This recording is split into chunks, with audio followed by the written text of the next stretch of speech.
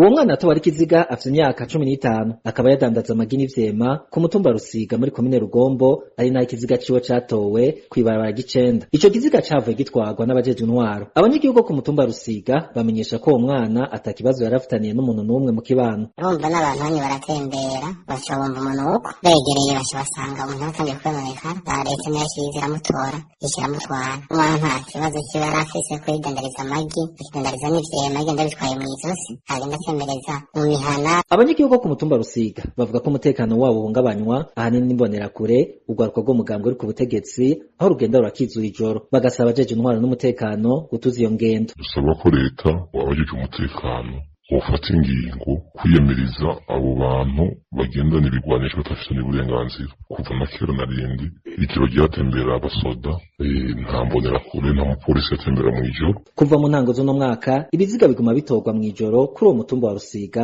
ibitera ubwoba n'impungenge abanyagihugu.